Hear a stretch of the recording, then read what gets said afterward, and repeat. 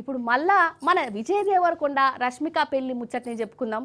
అయ్యో 2-3 వద్దుల సంది చెప్తూనే ఉన్నారు కదా, ఇవాళ మళ్ళీ ఎందుకు అనేరు మరి? అది ఉత్తపచ్చి పెళ్ళా? రోజుకో కొత్త ముచ్చట బయట పెడతాంది. ఈ లగ్గం రికార్డు బ్రేకులు కూడా చేస్తుంది. అందుకే దేశమంతా మాట్లాడుకుంటుంది. మనం కూడా జరిసి మాట్లాడుకుందాం.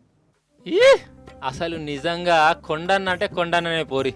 పెళ్లి కూడా అందరు మాట్లాడుకునేటట్టు చేసుకున్నాడు పో. ట్రెండ్ ఫాలో అవడు కాదు, పెయ్యిరిండా బంగారం వేసుకొని ట్రెండ్ సెట్ చేసిండు. ఈ పెళ్లి ఫోటోలు బయటికి వచ్చిన కాంచెల్లి ఈ పెళ్లి పిల్లగాడు కిలోల కొద్ది వేసుకున్న బంగారం గురించే మాట్లాడుకున్నారు అందరూ. ఇక మన విజయ్ దేవరకొండనైతే రాజు లెక్కనే తయారైండు పెళ్లికి. పెద్ద పెద్ద మెడహారాలు, చేతి కడియాలు, కాలు కడియాలు గిట్లా పెయ్యిరిండా బంగారం వేసుకొని పెళ్లి చేసుకున్నాడు. ఇక రష్మికనైతే 11 రకాల నగలేసుకున్నదల్లా. హారాలు, జుంకాలు, జడవిల్లలు, పాపిడి బిల్లలు, మొక్కుపుడుక, గాజులు, వడ్డానం, పట్టీలు, గిట్టీలు, అసలు అతిలోక సుందర్ లెక్కనే కానొచ్చింది పో అందరికి. ఇక వీళ్ళు వేసుకున్న నగలని ఇట్లా తయారు చేసేందుకు 10 నెలలు పట్టిందట. పెద్ద ప్లానింగే. ఇక వీళ్ళ నగల ముచ్చట గట్లుంస్తే ఇక సోషల్ మీడియాలో కూడా 2-3 వద్దుల సంది వీళ్ళ ఫోటోలే గిర్ర ఇరుక్కుంటా దుమ్ము రేపుతున్నాయి కదా.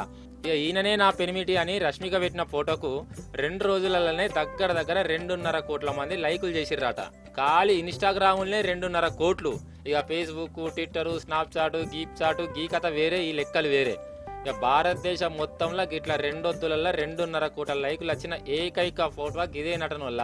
అంటే ఈ జంటను చూసి గంతమంది మురిసి ముప్పందమయ్యారు అన్నట్టు. ఈ రికార్డు ఇదివరకున్న కోహ్లీ రికార్డును కూడా దుడిచిపడేసింది. ప్రపంచ కప్పు గెలిచినప్పుడు కోహ్లీ పెట్టిన ఫోటోకు 2,30,00,000 లైకులు వచ్చినాయి. అప్పుడు రష్మిక అక్కకు 2.5 కోట్లు.